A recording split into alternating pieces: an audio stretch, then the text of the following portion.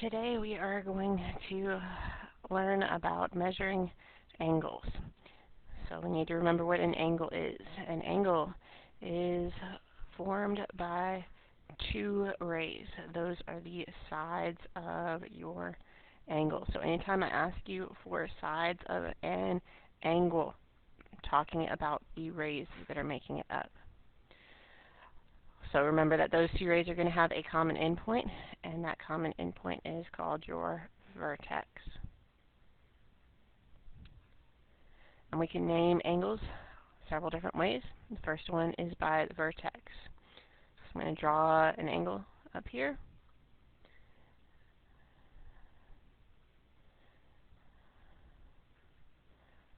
And we have point B at the vertex. So that would be angle B if we are naming it by the vertex. The next way, which is the way we're going to use most often, especially at the beginning of this class, is by 2 points on each ray and by the vertex. So we need 3 points. That vertex has to be the middle at it. So we can name this as angle ABC, or the reverse of it is angle CBA. So notice that that symbol that I keep putting in front of all of these means angle. If you cannot type that symbol, you need to write the word angle in front of it.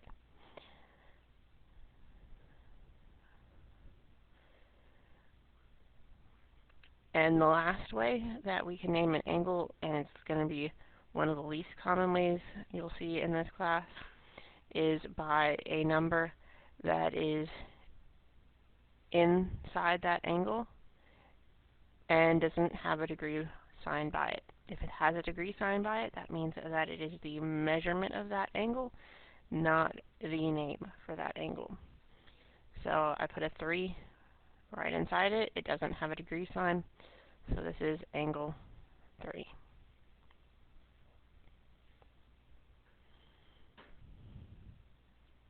So again, you can name by a vertex, which is essentially the corner of that angle. You can name by a number that's in that angle that's not your degree, or by 3 points that are on that angle. The middle one must be the vertex.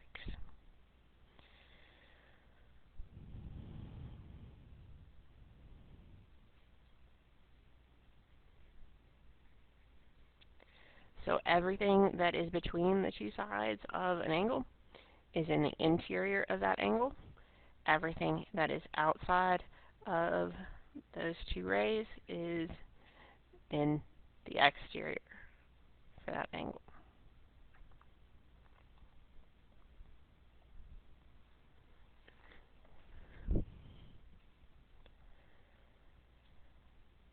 Our next example, we want to write the different ways that we can name the angles in this diagram.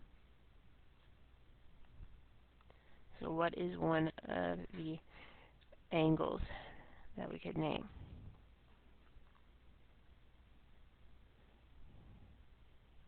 Okay, I know somebody probably said angle R.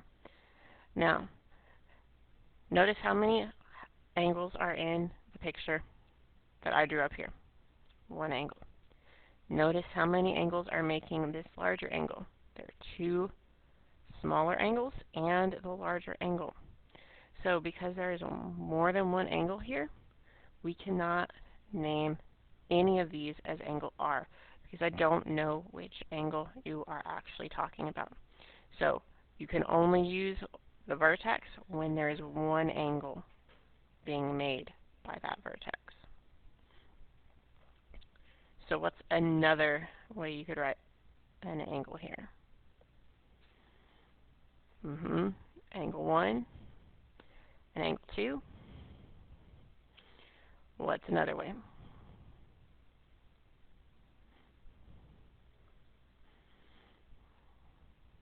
Angle SRT. And another one, angle TRU. another one. Angle SRU.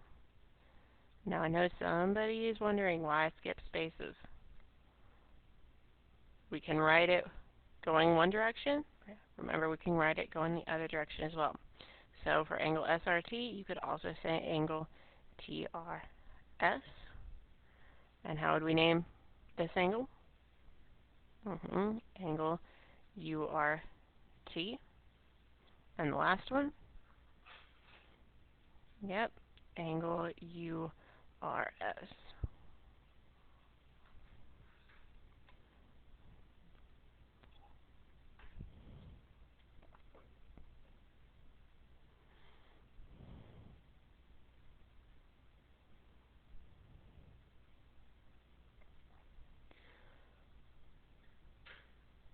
Now we measure our angles in degrees, and there are 360 degrees in a circle, and because of that, 1 degree is 1/360th of a circle.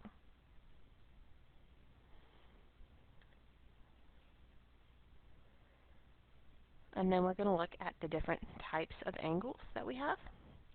Now I know that y'all know these first three for sure. So what's this first kind of angle?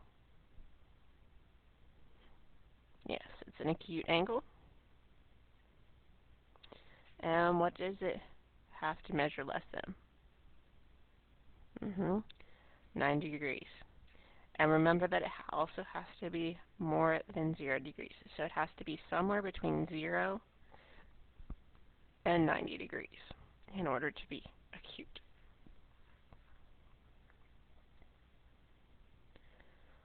What's our next kind of angle? Yeah, it's a right angle. And the reason we know it's a right angle is because of that box. And what do right angles measure? Yeah, 90 degrees. Now, anytime you see that box in your picture, I want you to write 90 degrees by it. Because some of you, when you're doing your assignment today, if you don't write that 90 degrees by that box, you're going to think that for some reason you don't know the measure of that angle. So I want you, anytime you see that box, to put 90 degrees by it. Now, if you do not see that box in the corner of your angle, or you don't see 90 degrees written there, do not tell me that you have a 90 degree angle, because you do not know it. Most of my pictures are not drawn to scale, so if you decide to tell me that something that doesn't have a box or a 90 degree sign by it is actually 90 degrees, you are likely going to get your answer wrong, because most likely it's not 90 degrees.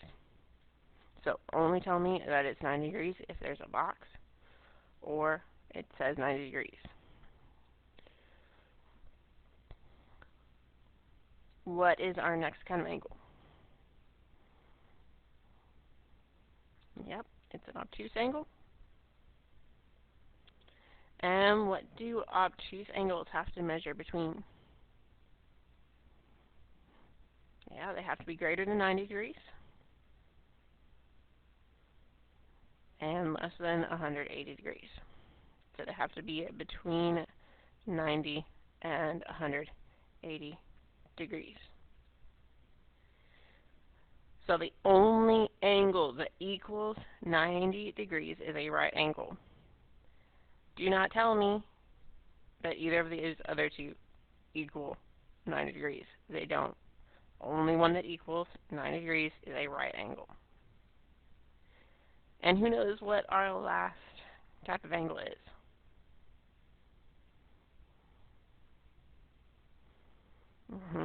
It is a straight angle. Now, some of you are going to look at that and go, it's a line, because it is. So anytime you have a line, it's a straight angle. And what does that straight angle measure? Yeah, it measures 180 degrees. So anytime you have a line being made by two angles, you know that they are going to add up to 180 degrees. So again, do not tell me that an obtuse angle equals 180 degrees. It doesn't. The only one that equals 180 degrees is a straight angle.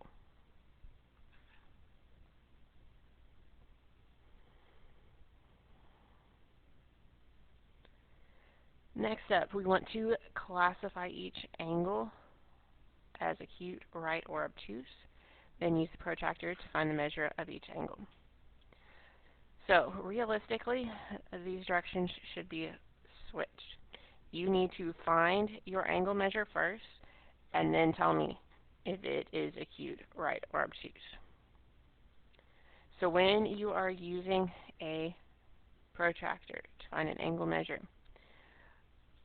you need first to figure out what angle you're looking at. So our first one is angle AOD. So I'm going to trace that angle, highlighting it for us. And then you need to figure out where these rays are at on that protractor. Now, I am going to say to use the exterior numbers pretty much always because they have the tick marks by them and it's easier to read. You can use interior numbers, but they're going the opposite direction. So use the exterior angle, or the exterior numbers. So when we look at ray OD, where is that at? So it's not at 10, it's not at 20, it's right in the middle, 15. And where is ray OA at? Okay, so notice we had 170. What would be our next number? Yeah, 180. So then we take those two numbers, 180 minus 15, and we get 165 degrees. And so since that's 165 degrees, what is my classification for that angle? Yes, it's an obtuse angle.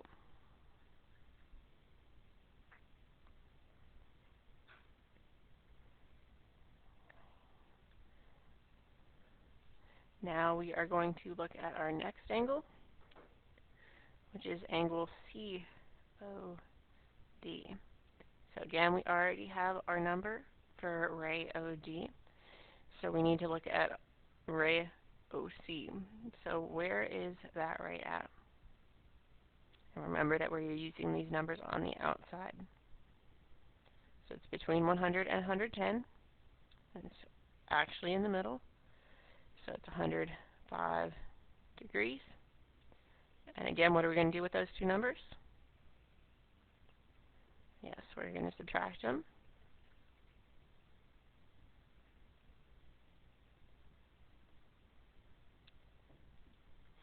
Okay, and that's 90 degrees. And since it's a 90-degree angle, how would we classify it? Yeah, it's a right angle.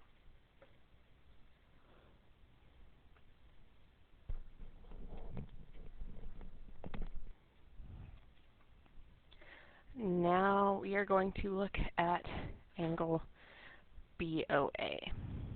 So again, I'm going to highlight the angle I want to focus on, angle BOA. So we've already done ray OA. Now we need to look at ray OB. Where is ray OB at? Remember using the outside numbers. Yes, it's at 140. 180 minus 140 is 40 degrees. So what kind of angle is angle BOA? Yes, we would classify it as an acute angle.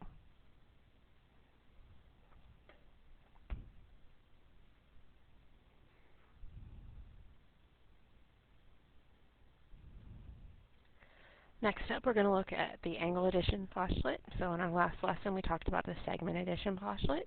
This is the same kind of thing. All that's happening is the picture is changing. We are using an angle now instead of a segment. So our whole larger angle is angle RQP, and we have our two smaller angles, angle RQS and angle SQP. And we're going to add our two smaller angles together. So angle RQS plus angle SQP equals angle RQP.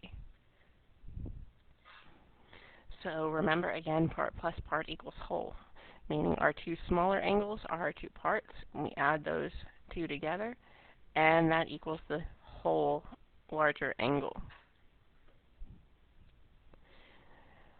So example 3, we are again using the angle addition postulate and drawing a figure. Drawing figures really helps, especially at the beginning of this class when they are not necessarily given to you.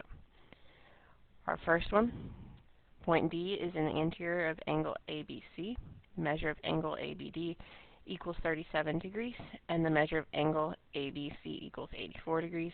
Find the measure of angle DBC. So, we are using the angle addition postulate. We are talking about angles. Anytime you see an angle symbol in your problem, draw an angle if one's not already given to you. I don't care what kind of angle, just so long as you can write in it. And our larger angle is angle ABC because D is in the interior. It's inside of that angle. So we have the angle ABC. Remember, that middle letter is your vertex. And so B is at my vertex. And then we put D somewhere in between those two rays. And we're going to connect it with B.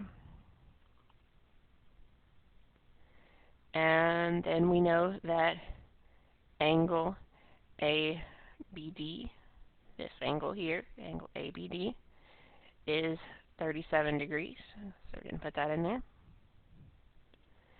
And we know that angle ABC, that is this angle, that is the whole angle, is 84 degrees. And we are looking for angle DBC, this angle. And when we are looking for something, we put X. So again, part plus part equals whole. So 37 plus X equals 84. And what would we do next? Yes, we would subtract 37 from both sides. So X equals 47 degrees. Yes, you could have just subtracted 84 minus 37 and gotten your answer. That is technically all we did here, but I want you to get used to setting up your equation. Adding your two smaller parts, setting it equal to your whole when you're given all of your information like this. So again, part plus part equals whole. Add your two smaller angles, set it equal to your whole larger angle.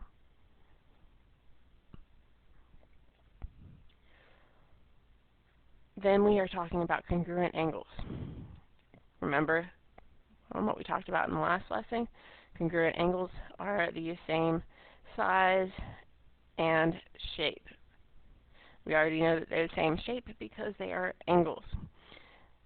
Same size means they measure the same thing. So if angle ABC and the measure of angle DEF are equal, so these should technically have measures beforehand. So an M before means measure. And that's what you'll see down in some of the examples. That M before the angle means measure of. And when it says that those are equal, that tells me that those two angles are also congruent because they are the same size and shape. And just like yesterday we had markings to show that segments were congruent, we now have markings that show that arcs are that angles are congruent. They're called arc marks, and they look like a part of a circle in an angle. And just like yesterday, the number of arc marks in a picture tells you which angles are congruent to which other angles.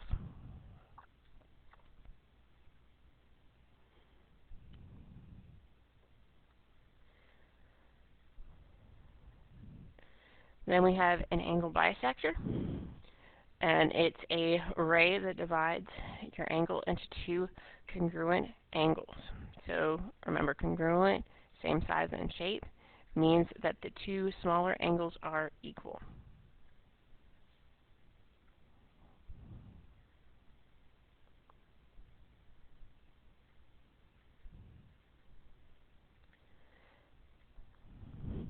And if you have trouble remembering what this is, bisector does the same kind of thing as midpoint. It's right in the middle.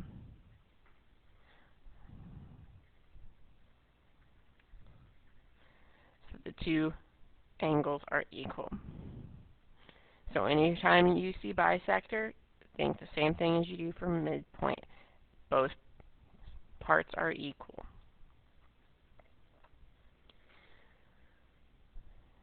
Our next example, again, we're using angle bisectors this time to find the measure of angles, and we need to draw a figure. We're told that ray BD bisects angle ABC. The measure of angle ABD equals 6x plus 3 degrees, and the measure of angle DBC equals 8x minus 7 degrees. And we want to figure out what x equals. So we need to draw a figure. What is the figure we need to draw? We need to draw an angle. And what would we label this angle? Yeah, our whole angle is angle ABC. So A, B at the vertex, and then C. And we have ray BD bisecting that angle. So we need D right in the middle. And I'm going to already put my arc marks to remind me that those two smaller angles are equal.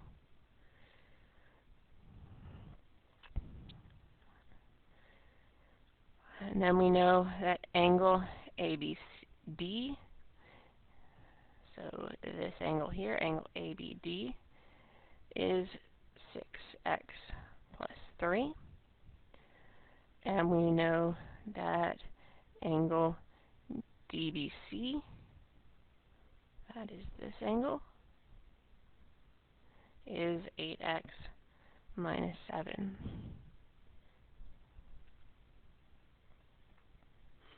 So any idea on how we would set this up?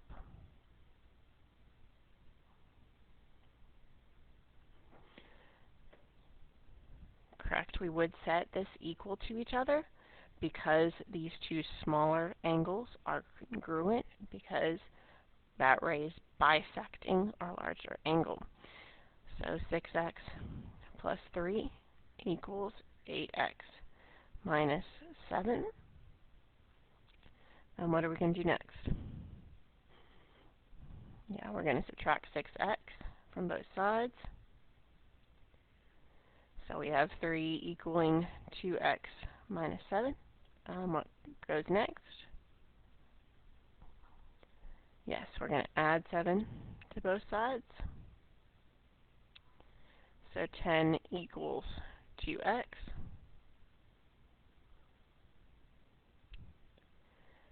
And then we are going to divide by 2 on both sides. So what does x equal? Yes, it equals 5.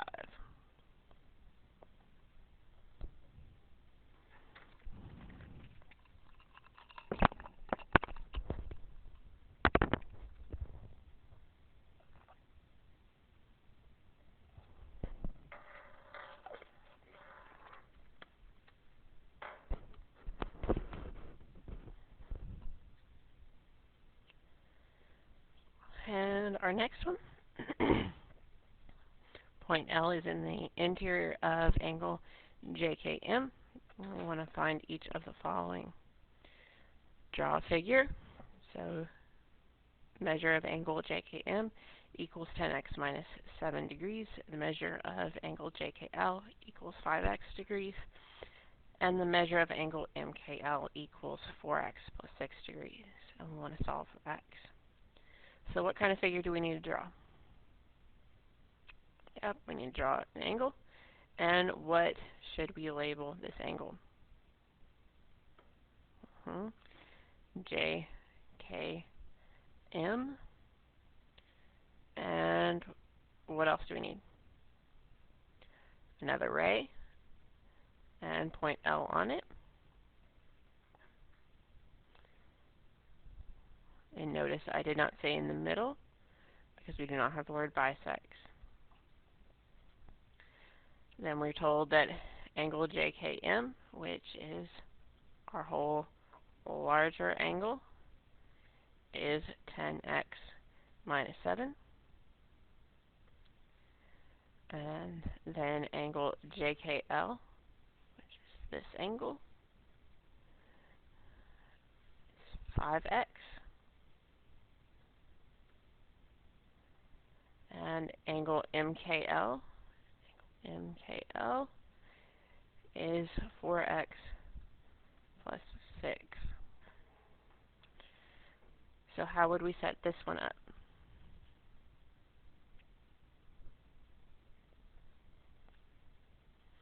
Yes, we would take our two smaller angles, 5x and 4x plus 4x